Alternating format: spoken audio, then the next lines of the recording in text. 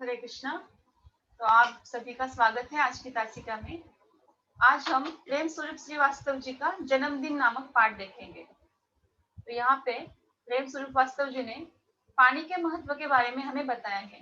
तो हम देखते हैं कि जब छोटे बच्चे होते हैं उनमें कुछ ना कुछ ऐसी आदतें आ जाती है कि माँ बाप को उन आदतों को छुड़ाना बहुत ही मुश्किल हो जाता है। तो इस पाठ में ही एक बबलू नामक लड़का है। तो उसके ऐसी कुछ आदतें हैं जिन्हें छुड़ाने के लिए माँ बाप बहुत प्रयास करते हैं, उसके बाद उसकी जाके आदत छूटती है। हम देखेंगे यहाँ पे किस तरह से उसकी आदत अपने माता पिता छुड़ाते हैं। हम पाठ पढ़ते हैं पहले। गर्मी पड़ने लगी थी, धीरे धीरे उसके तेवर तीखे हो चले थे। सूरज आग बरसाने लगा, मगर इन सब से बेखबर बबलू अपने में ही मस्त था। उसे बाथरूम में घुसे आधा घंटा हो चुका था। शावर के नीचे उसकी धमा चौकड़ी मची हुई थी। कभी तो वह शावर के साथ नल की टोटी भी खोल देता था। अंत में माँ को ही चिल्लाना पड़ा, बबलू क्यों इस तरह पानी बर्बाद कर रहे हो?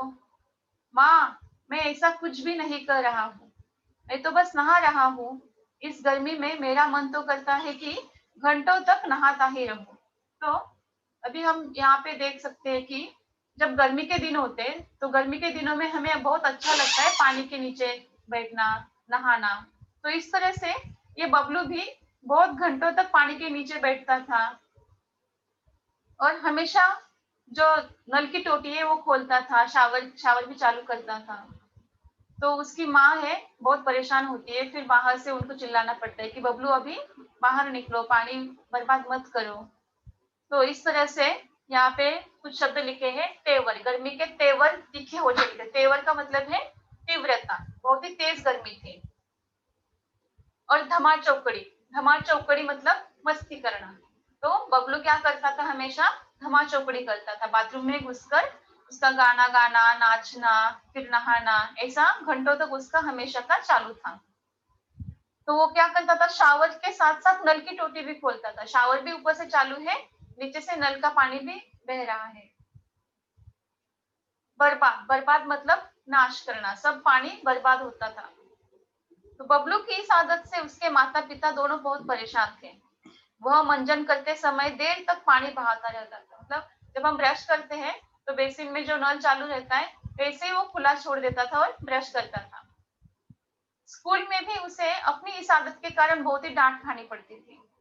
वह वहां के नल की टोटी अक्सर खुली छोड़ देता था। पानी पीने के बाद वो क्या करता था, खुली छोड़ के ऐसे ही चला जाता था। तो अभी ये हुई पानी की बात की, बहुत सारा पानी वो बर्बाद करता था। लेकिन सिर्फ पानी की ही बात नहीं, तो वो बिजली के साथ भी ऐसे ही करता है। अभी हम भी कभी कभी ऐसा होता है ना कि दूसरे कमरे में जाते हैं तो पहले वाला फैन लाइट वैसे ही हमारा चालू रहता है। उसी प्रकार ये जो लड़का है वो भी ऐसा ही करता है। आइए हम पढ़ते हैं। पानी की बात नहीं, बिजली के साथ भी वह यही होता था। वह कमरे में न हो तब भी पंखा खुला रहता, तो कभी कूलर बंद करना ही भूल जाता। कभी वह पढ़ते पढ़ते सो जाता, तभी बल्ब भी जलता रहता, माँ को ही बुझाना पड़ता। तो हम लोग हमेशा देखते हैं कि जो बच्चे होते हैं पढ़ते पढ़ते कभी कभी सो जाते हैं, वैसे ही फिर उसका जो बल्ब चालू रहता है तो फिर रात भर उसकी बिजली ऐसे ही चली जाती है। या फिर पंखा चालू रहता है, कूलर चालू रहता है और ऐसे ही हम लोग खेलने के लिए बाहर जाते हैं तो बहुत सारी बिजली बर्बाद होती है। अभी प्रेम स्वरूप श्रीवास्तव जी हमें समझा रहे हैं कि पानी हो या बिजली हो, यानी कि ऊर्जा, दोनों का भंडार सीमित है। भंडार मतलब खजाना, ये जो है खजाना है, जैसे सोने का खजाना होता है ना। नेट गेलाय आता दिशी वायफाय चालू करून दिशी त्याला नको हात लावतो आता, इकडचा प्रॉब्लेम आहे तो नेटचा. माझं खरं वायफाय येतो ना तुमचं रे, एवढं काय फास्ट नाहीये. आता हे वायर काढून आता आलं दिशी नेट आला रे. दोन एक साथ नाही चालू ठेवू शकत का? नाही ना, एका ह्याच्यावर गेली नेट गेलं तर वायफाय थांबा. ऋषी रिटर्न मीटिंग करतो मी आता. हे बा ऋषी, इथं रिटर्न मीटिंग ऑप्शन आहे. हा ना, मग झालं ना सुरुवात. झालं ना, झालं.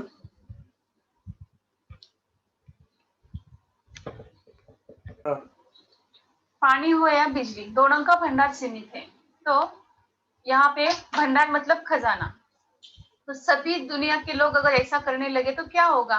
प्रेम स्वरूप श्रीवास्तव जी हमें समझा रहे हैं इस तरह से कि अगर सब लोग इस तरह से पानी बर्बाद करेंगे, बिजली बर्बाद करेंगे, तो क्या होगा? नहाना वहाना तो दूर, लोग एक घूंट पानी के लिए भी तरसेंगे। मतलब इतना सारा पानी बर्बाद हो जाएगा तो आगे की जिंदगी के लिए हमें पानी ही नहीं बचेगा, फिर हमें नहाना वहाना तो छोड़ना ही पड़ेगा, खाली पीने के लिए पानी के लिए भी तरसना पड़ेगा। तो बबलू की इस आदत से उसके माता पिता बहुत परेशान थे, लेकिन उसमें सुधार लाने के लिए उनको कोई भी उपाय नहीं सूझ रहा था।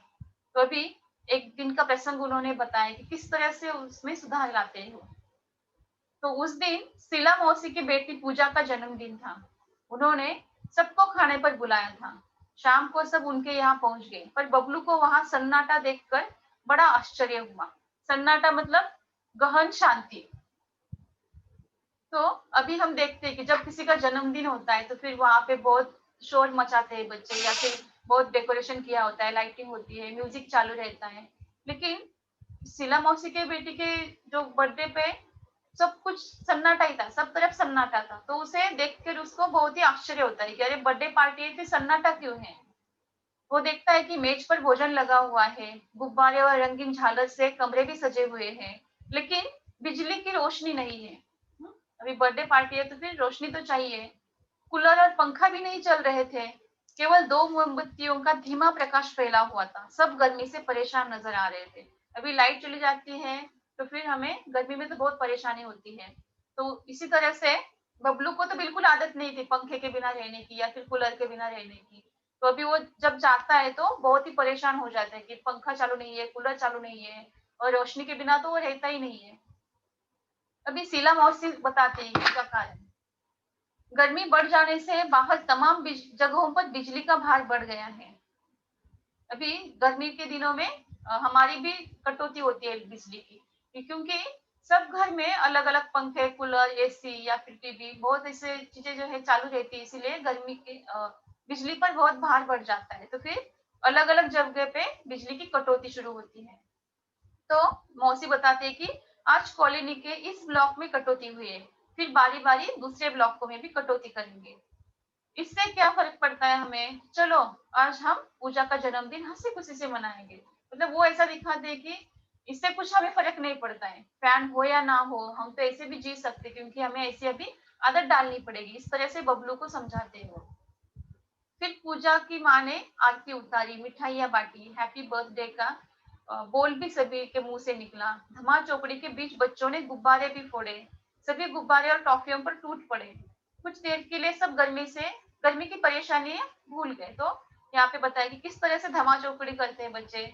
बहुत सारा उधर स्वीट मिलता है, और टॉफियाँ होती है, गुब्बारे होते हैं, तो बच्चे उसके ऊपर टूट पड़ते हैं। तो अभी इस मस्ती में वो गर्मी सब भूल गए। अब कुछ देर बाद शीला मौसी बोली, अच्छा बच्चों, अब धमा चौकड़ी बंद करो, सबका खाना लगा है, आओ जल्दी करो। अभी सब खाने के लिए जाते हैं, लेकिन इस बीच में क्या होता है, बबलू को बहुत जोर की प्यास लगती है। तो अभी वो जाके देखता है कि अभी खाना खाने के टेबल पे ग्लास भरे हुए, तो मैं जाके पानी पीता हूँ, लेकिन पानी न होने के कारण शायद गिलास भी आधे ही भरे रखे थे। तो बबलू ने एक घूंट में ही सारा पानी पी लिया। अभी उसकी प्यास तो बुझी नहीं थी, फिर भी वह खाने में जुट गया, लेकिन 2-4 कौर के भीतर ही उसको फिर से प्यास लगी। तो क्या करता है, अभी पानी पानी चिल्लाता है, लेकिन उसे पानी नहीं मिलता है। मौसी बताती है कि बिजली चले जाने की वजह से पानी भी नहीं आया है, तो फिर अभी इसी पानी से हमें आज काम चलाना पड़ेगा। लेकिन इस आश्वासन से बबलू को कोई राहत नहीं मिली। प्यास से उसका गला सूखा जा रहा था। खाने का एक कौर भी गले के नीचे उसका नहीं उतर रहा था। वह प्यास से चटपटाने लगा। आज पहली बार प्यास का अनुभव करने से उसे पानी मिलने वाला नहीं था। मतलब हमेशा अगर हम कुछ चाहते हैं तो वो हमारे आगे हाजिर होता है। अभी बबलू को पहली बार पता चला कि प्यास लगने के बाद अगर हमें पानी नहीं मिलेगा तो हमारी क्या अवस्था हो जाती है। तो आज वो प्यास से चटपटा रहा था, लेकिन उसको फिर भी पानी नहीं मिलने वाला था, क्योंकि उनके घर में पानी ही नहीं था। तो अभी उसके बाद अचानक से चमत्कार हो जाता है, लाइट आ जाती है। तो उसके बाद कूलर चालू होता है, पंखे चालू होते हैं, कमरा बिजली की रोशनी से झगमगा उठता है, सभी बच्चे खुशी से चिल्ला उठते हैं। मगर बिजली आने पर तो प्यास बुझने वाली नहीं थी, क्योंकि बिजली आने के बाद पानी चालू करेंगे, फिर पानी आएगा, उनके घर में पानी भरेंगे।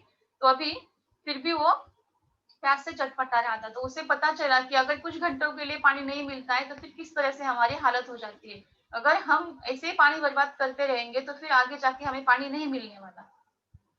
अगले कुछ क्षणों में वहां का दृश्य बदल गया। कमरा ठंडी हवा से भर उठा। बच्चे बड़े सब ठंडे पानी के साथ चटपटे भोजन का स्वाद लेने लगे। बबलू की तो बातचीत खिल उठी। चलने चलने से पहले शीला मौसी और माँ एक दूसरे की तरफ देखकर कुछ मुस्कुराए। इस मुस्कुराहट के पीछे छिपा रहस्य बबलू नहीं समझ पाया। अभी क्यों मुस्कुराहट थी उनके दोनों के चेहरे पे? क्योंकि अभी इनका जो प्लान था कि बबलू को ऐसी समझ देनी है कि अगर बिजली नहीं होगी और पानी नहीं होगा तो फिर हम किस तरह से जी सकते हैं, उसका एहसास उसे करवाना था। इसीलिए ये सब शीला मौसी के घर के बर्थडे का सब प्लानिंग था कि आज जानबूझकर उन्होंने वहां की बिजली की कटौती करवाई थी, घर का पानी भी खत्म करवाया था।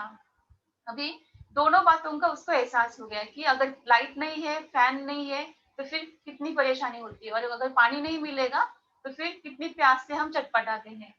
तो अभी ये दोनों मुस्कुरा के चले जाते हैं।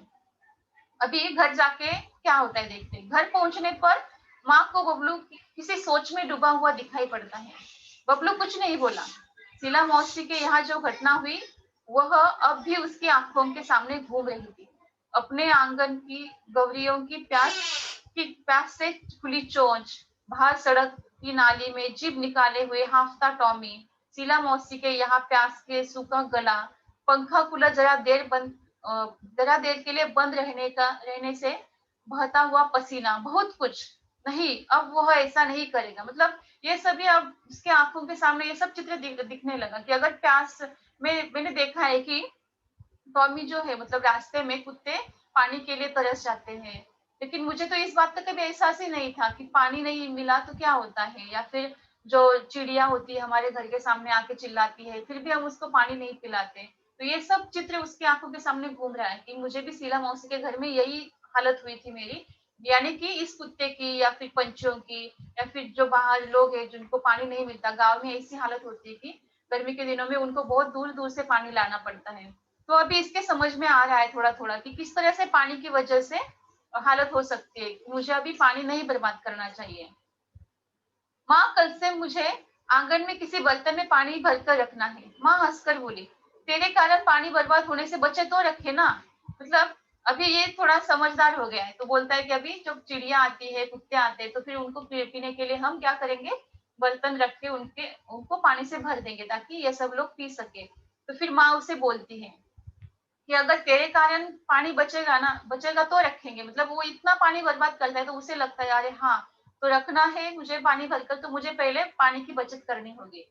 माँ, अब पानी की एक बूंद भी बर्बाद नहीं होगी, बबलू आत्मविश्वास से भरकर बोला। अभी उसकी पूरी समझ में आ रहा था कि हमें पानी और बिजली नहीं बर्बाद करनी है। मगर बबलू कभी यह नहीं जान पाया कि शीला मौसी के यहाँ जन्मदिन की पार्टी में जो कुछ हुआ था वह एक नाटक मात्र था। मतलब अभी उसकी समझ में आया कि पानी नहीं बर्बाद करना चाहिए, लेकिन उसको यह नहीं समझा कि शीला मौसी के घर में जो कुछ हुआ था, बिजली चली गई, पानी की वजह से चटपटाने लगा, लेकिन उसकी कभी समझ में ही नहीं आया। लेकिन वो सुधर गया। उसे सबक सिखाने के लिए माँ ने चलने से पहले शीला मौसी को फोन पर बबलू की इस आदत के बारे में बता दिया था। शीला मौसी ने भी कुछ करने का भरोसा दिया था। उन्होंने यही नाटक किया जो पूरी तरह कामयाब रहा। तो अभी बच्चों की आदत छुड़ाने के लिए कभी कभी माता पिता को ऐसा नाटक करना पड़ता है ताकि उनकी जो बुरी आदतें हैं वो छूट सके। अब तो बबलू खुद भी अपने दोस्तों को समझाता है कि पानी और बिजली कितनी अनमोल है, इन्हें भविष्य के लिए हमें बचा कर रखना चाहिए। देखो तो अब बच्चों, हम देख सकते हैं कि बबलू किस तरह से सुधर गया। तो हम लोग भी ऐसा ही करते हैं, मैं हो या आप हो, फिर भी हम क्या करते हैं, पानी चालू रखते हैं, नल खुला छोड़ देते हैं, या फिर पंखा कूलर लाइट सब हम ऐसे ही छोड़ के चले जाते हैं। तो अभी आज से हमें देखना है कि किस तरह से हम पानी को बचा सकते हैं या फिर बिजली को बचा सकते हैं। तो मुझे आशा है कि आज से आप भी यह सब करोगे। ठीक है, हरे कृष्णा, धन्यवाद।